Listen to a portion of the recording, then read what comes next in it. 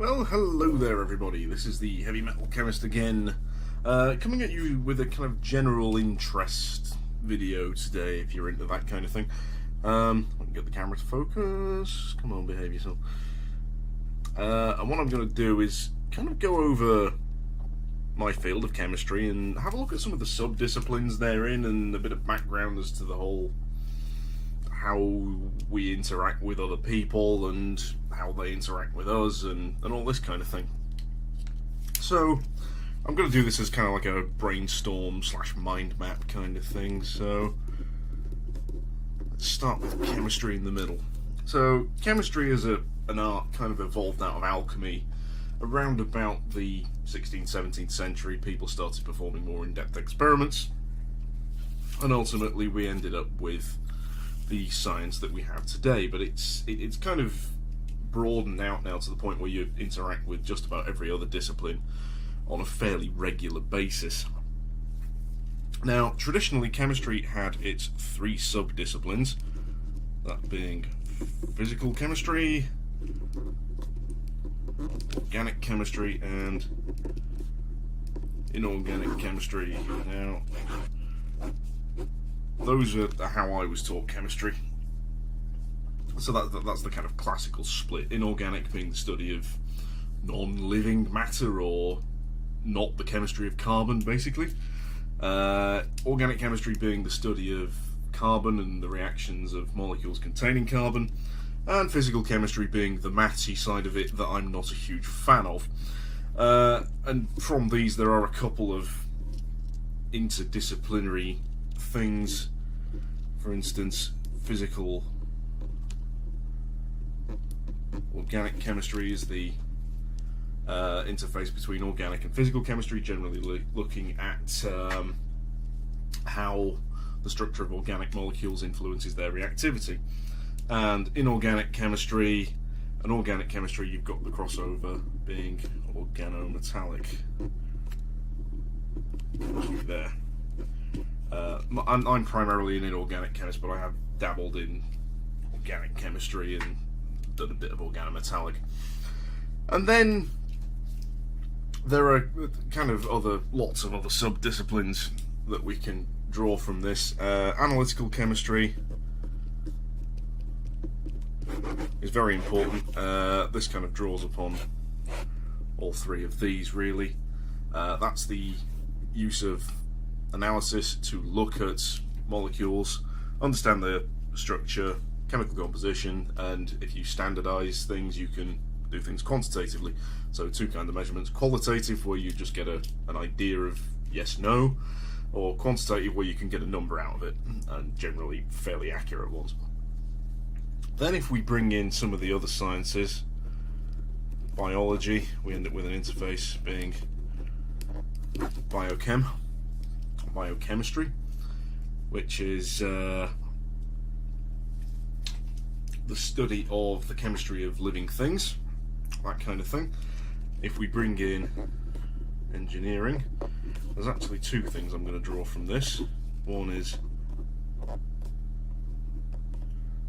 material science, and the other is chemical engineering. Now, material science is the study of materials that are actually useful, so things like plastics, metals, even wood is a material. It's a natural material, but we can still understand the chemistry behind how it works. And chemical engineering is kind of the unseen art that really makes the world work. Without that, we wouldn't have the oil that makes our cars run. Chemical engineers are often derided in academic circles and sometimes in industry as being glorified plumbers, because basically what they do is they throw pipes together, throw some chemicals in, and reactions happen. But there's a lot of maths behind it. There's a lot of very, very complicated theories, and I don't fully understand it. Although I've dabbled in chemical engineering. And going down the list on Wikipedia, neurochemistry is kind of an offshoot of biochem, I guess, which is like the chemistry of the brain. Nuclear chemistry, so that's kind of crossing over into physics. I'm going to put that up here. So physics, nuclear physics is a thing. That's like how nuclear reactors work. but nuclear chemistry is the kind of interface with how changing elements when you have radioactive decay affects chemistry, how chemistry inside a nuclear reactor happens, and that kind of thing. Another kind of more recent subdiscipline with the invention of computers is theoretical / computational chemistry. This has kind of become a subdiscipline on its own, and it really does relate very much to phys chem and physics. There's basically you program in what kind of reaction you want to happen, then you simulate what happens without actually doing any real chemistry. It allows you to come up with some weird and wacky ideas, but sometimes it doesn't have any real world application. Sometimes it does, but yeah, I could be wrong. And then there's lots of little bits here and there. You've got electrochemistry, which is the use of electricity to do chemistry. It's mainly done with inorganic, but you can do that with organic. Environmental chemistry, so if you're studying, that's like the interaction of chemistry within the environment or chemistry that happens in the environment. A particular one listed here is flow chemistry. I'll cover that separately in a different video, but flow chemistry is a very elegant way of making things that kind of comes under chemical engineering. Geochemistry is the chemistry of stuff that happens in the earth. Green chemistry is the idea that you don't have to be environmentally damaging when you do reactions. Immunochemistry, that's kind of another offshoot of biochem, where you look at the chemistry of the immune system and how you can stop diseases from killing people. And things like medicinal chemistry, molecular biology, molecular mechanics, that's more of a offshoot of theoretical computational chemistry. Nanotechnology, this is an interesting one that's kind of a crossover between organic and inorganic and physical, because basically by making things really small, you change the properties of them so that they interact in completely different ways than you might expect for big particles. If you've got a particle this big, you can see that on the camera, and then you make it really small, it can change the change how it if it's a catalyst, how it reacts, or magnetic properties, electrical properties, that kind of thing. Hetero Chemistry, that kind of comes under chemical engineering. That's like doing chemistry with oil, basically. Photochemistry is doing chemistry with light, so there's a lot of crossover there with physics and physical chemistry. What else we got? Polymer Chemistry. I did an overview on polymers a few days ago. So that's the old study of doing chemistry with big molecules, big long chains. Sonochemistry is chemistry using sound, so ultrasound.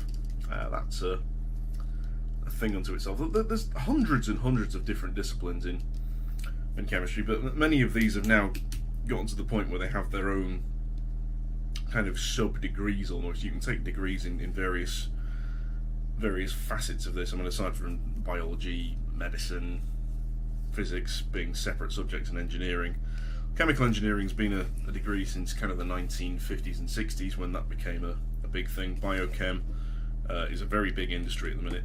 A lot of funding goes to biochemical applications. Analytical chemistry is a developing field, but not to the same extent as biochem. Biochem's a big field at the moment. Generally, if you do a standard chemistry degree, you cover kind of bits of all of this, really. I mean, not so much the engineering and the physics side, but most of the physical, organic, inorganic, analytical side of things. Maybe a bit of biochemistry, organometallic and physical organic, certainly.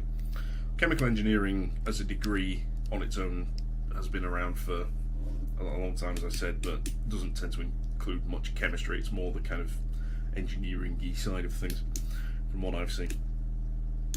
So I hope that's given a rough idea of how complicated the interactions with chemistry nowadays are, and the kind of bit of a minefield it can be if you're trying to find a job or anything in the field, because a lot of these industries expect you to have very niche skill sets, but if you've got a fairly broad skill set like myself, it can often be a bit difficult to nail down specific.